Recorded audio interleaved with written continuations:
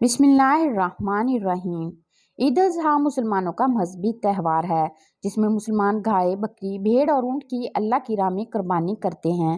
شریعت کے مطابق قربانی کا یہ گوشت 3 حصوں میں تقسیم کیا جاتا ہے، جن میں سے ایک حصہ غریبوں کے لیے، ایک حصہ رشتہ داروں کے لیے اور ایک حصہ اپنے لیے رکھا جاتا ہے۔ قربانی کے گوشت کی کٹائی اور پھر اس کو محفوظ کرنا ایک مشکل مرحلہ ہوتا ہے۔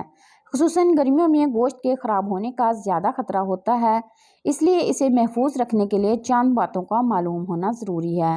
گوشت کو محفوظ رکھنے کا صحیح طریقہ کار جاننے سے پہلے یہ بات بھی جاننا ضروری ہے کہ گوشت کو طویل عرصے رکھ کر کھانا بھی درست نہیں۔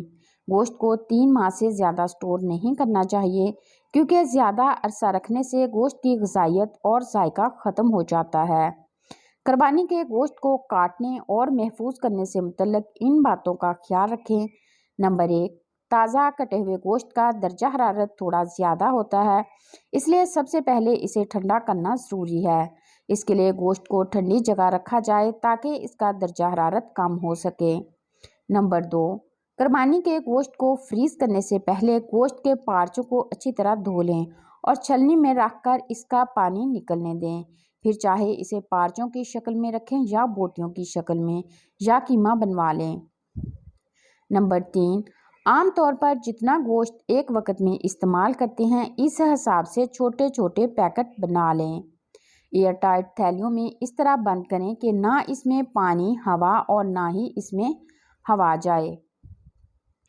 چاہے تو یہ پیکنگ ڈبل بھی کر سکتے ہیں تاکہ گوشت کی نمی برقرار رہے۔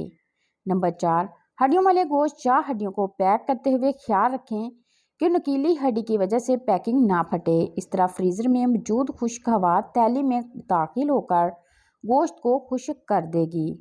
نمبر 5، قربانی کے گوشت رکھنے سے پہلے فریزر کو ہائی کول پر کر دیں تاکہ گوشت جلد ٹھنڈا ہو جائے اور خراب ہونے سے محفوظ رہے۔ گوشت رکھنے کے بعد فریزر کو بار بار نہ کھولیں کیونکہ اس طرح گوشت دیر میں فریز ہوگا۔ نمبر 6، گوشت کی تھیلیوں کو ایک دوسرے پر نہ رکھیں، اس طرح گوشت فریز ہونے میں وقت لگے گا، اس لیے گوشت کی تھیلیوں کو فریزر میں پھیلا کر رکھیں تاکہ یہ آسانی سے فریز ہو جائیں۔ گوشت فریز ہونے کے بعد تھیلیوں کو ایک دوسرے پر رکھ کر جگہ بنائی جا سکتی ہے۔ فریز شدہ تھیلیاں ایک دوسرے سے نہ چپکیں گی اور نہ ہی ان کا شیپ خراب ہوگا۔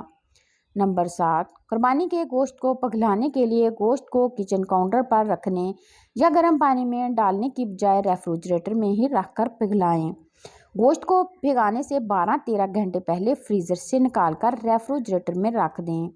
آہستہ آہستہ گوشت پگھل جائے گا اور جراثیم سے محفوظ رہنے کے ساتھ گوشت تازہ اور صحت بخش رہے گا۔ نمبر 8، اکثر لوگ پگھلا ہوا گوشت دوبارہ فریز کر لیتے ہیں جبکہ ایسا کرنا درست نہیں۔ گوشت پگھل جائے تو اسے دھو کر استعمال کر لیں۔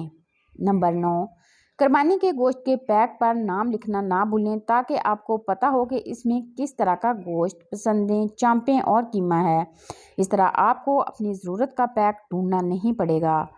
قربانی کے گوشت کی ہیک ختم کرنے کے لیے پکانے سے پہلے گوشت کو نمک، پانی، بیسن اور سرکہ یا لیموں کا رس مل کر دھو لیں، پھر پکائیں۔